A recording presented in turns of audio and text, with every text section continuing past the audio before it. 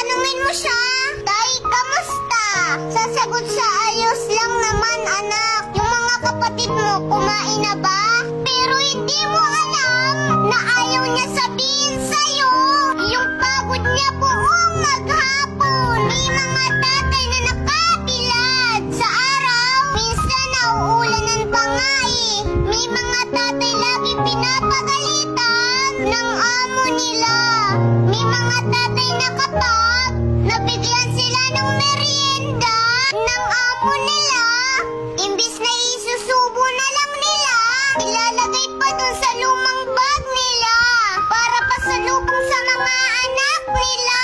Nagtitiis sila sa gutom para maiuwi ang sahod na buo. Tapos pagtatanungin mo siya, Tay, kamusta ka? Lagi lang niya sasabihin sa'yo na alis lang ako anak. Maging mabuti kang bata